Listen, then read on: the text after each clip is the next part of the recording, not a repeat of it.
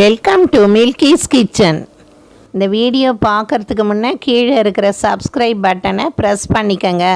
அப்படியே பக்கத்தில் இருக்கிற பெல் பட்டனை ப்ரெஸ் பண்ணிக்கோங்க. அப்போ தான் உடனுக்குடனே வீடியோஸ் நோட்டிஃபிகேஷன் வரும். விநாயகர் சதுர்த்திக்கு ஈஸியாக கொழுக்கட்டை எப்படி செய்யலான்னு பார்க்கலாங்க. பச்சரிசி 1 கப்பு எடுத்துக்கிட்டேன். வேர்க்கடலை வச்சு பூரணம் செஞ்சு கொழுக்கட்டை செய்கிறேங்க. பச்சரிசியை 1 மணி நேரம் நல்லா ஊற வச்சுடுங்க. ஊற வச்சு மிக்சியில் தண்ணியோடு போட்டுக்கங்க. தண்ணியோடு போட்டு நல்லா ஆட்டிக்கலாங்க. மைய அரைச்சிக்கங்க. அரைச்சி எடுத்து வச்சுக்கோங்க. ஒரு கடாயை அடுப்பில் வச்சு வேர்க்கடலையை நல்லா வறுத்துக்கிட்டேன். ஏற்கனவே வறுத்த வேர்க்கடலை தான் இருந்தாலும் தோல் எடுத்துட்டு நல்லா வறுத்துக்கிட்டேங்க. வறுத்து எடுத்து வச்சுக்கலாங்க. அதே கடாயில் ஒரு 1/2 டம்ளர் தண்ணி விட்டுக்கிட்டேங்க. எண்ணெய் 2 ஸ்பூன் விட்டுக்கங்க.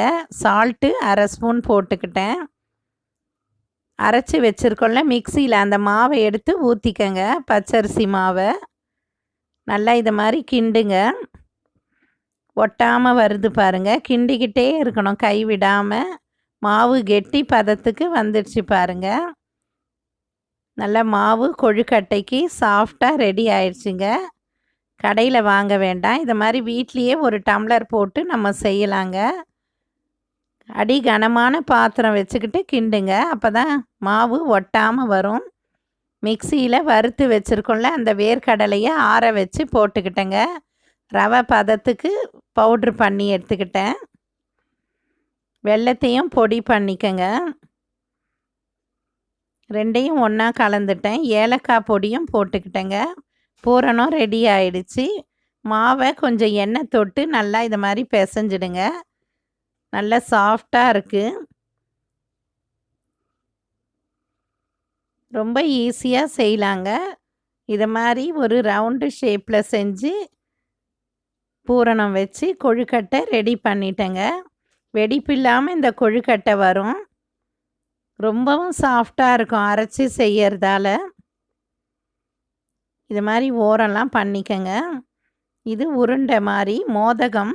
விநாயகருக்கு பிடிச்ச ஒரு உருண்டை இது மோதக உருண்டை. பூரணம் வச்சு உள்ள இது மாதிரி மோதகம் செஞ்சுக்கங்க.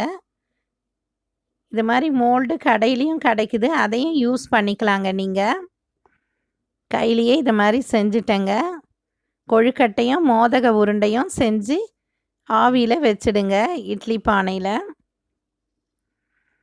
மூடி வச்சுடுங்க. 10 நிமிஷம் வெந்தால் போதும். உருண்டையும் கொழுக்கட்டையும் சாஃப்டாக வந்துடுங்க. உள்ள வேர்க்கடலை ரொம்ப வாசனையாக இருக்குங்க. இதை மாதிரி நீங்களும் ட்ரை பண்ணி விநாயகருக்கு வச்சு படைச்சி வழிபடுங்க. தேங்க்யூ. போட்டு பார்க்கலாம்.